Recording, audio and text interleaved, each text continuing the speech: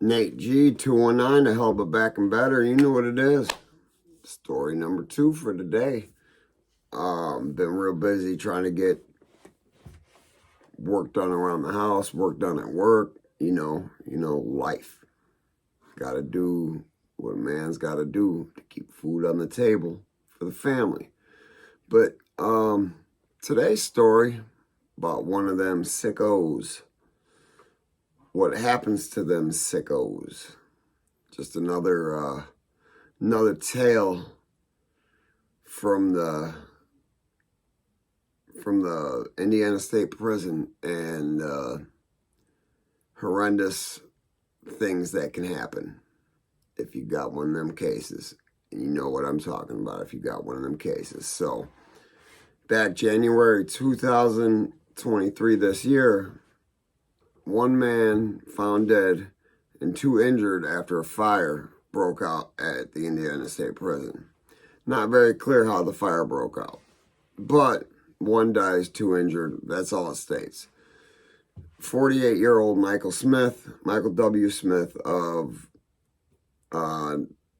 Newton County, Indiana, is where I believe he's from, which is just a county over and down from mine, not too far, about 30 minutes. 45 maybe, doesn't matter. Michael Smith was serving a sentence for voluntary manslaughter and child molesting. So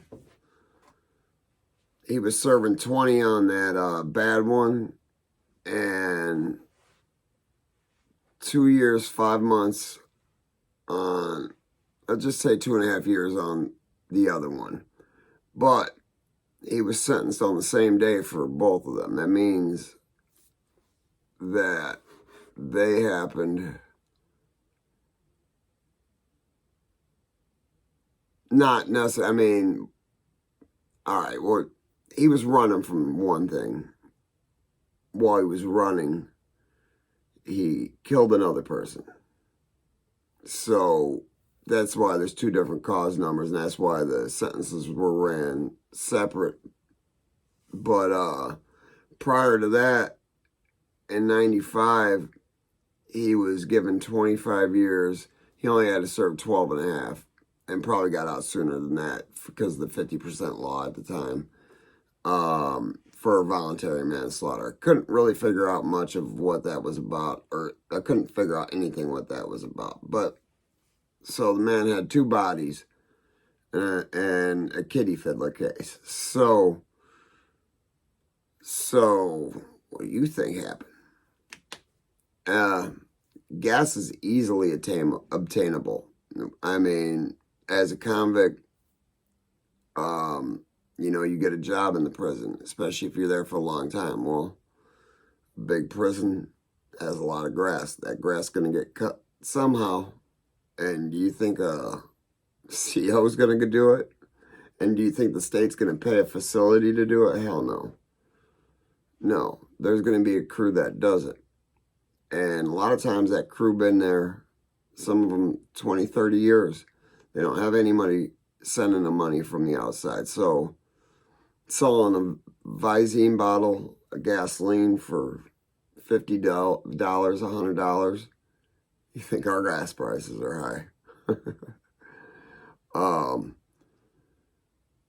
Yeah, so that January day, it was published January 17th, so the Saturday prior to that, I'm not going to go up and look, it doesn't really matter.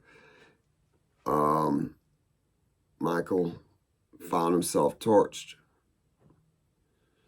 And that, that's a situation that, man, that'd be a horrible way to go out. But for somebody like that you couldn't imagine anything but torture for him to go out. At least a person like me, a father, couldn't imagine a person like that pleasantly leaving this earth. A lot of people may not like that, but to each their own. So I'm just going to keep it at that.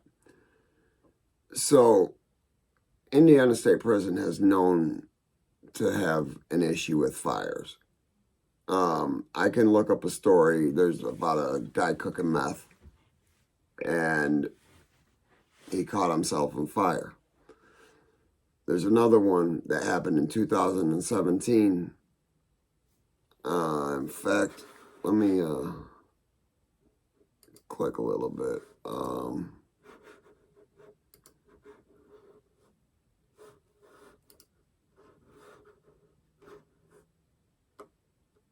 In 2017, Joshua Devine. I almost called him Jeremy Devine. That's what I wanted to make sure. He went to plug in his television, and there was an accidental electric fire. For 30 minutes, he screamed for help. And this was the cell house I was in. They could have at any time hit a button. It's the only cell house that has electric doors. They could have hit a button and released the door. And they chose not to. When somebody's screaming for their life like that and nothing's happened, they're locking themselves, all the guys are going to start screaming for help too, to alert the police. Because depending on what floor, like I said, I could yell at the top of my lungs, and that cop wouldn't have heard me. He would have heard nothing. So you got to make as much noise as you possibly can. It's not hard to do in a steel building or concrete building with steel bars. It's not hard to do at all. And you got a bunch of grown men. If they yell, the cops hear it. They opted to ignore it, which there's a lawsuit going on. I'm not going to get too much into that. But Joshua was 30, and he died by an accidental fire. But 48-year-old Michael Smith met his maker. Peace out, dude. Anyways, hey, hit that like, hit that subscribe, hit that Cash App if you want to support the channel. I'm trying to grow and, get my name out there. I'm trying to change the way some of these kids think. Man, I seen some things earlier. I went driving around because of another project I've got going on, and I had to film some streets, and just some of the things I've seen, just sad things, and it doesn't seem to be getting great at all. But that's for another project. I'll announce that at a later time. Anyways, never forget life's choices, guys. Remember that. Never forget them, because they're going to be with you forever. Everything negative I've ever done, I carry with me. And it's not all bad, but it's not much good. And it's a heavy burden, some of it. And sometimes you just can't take it. And you want to give up. But I don't. I got a family. I'm going to be here for, absolutely.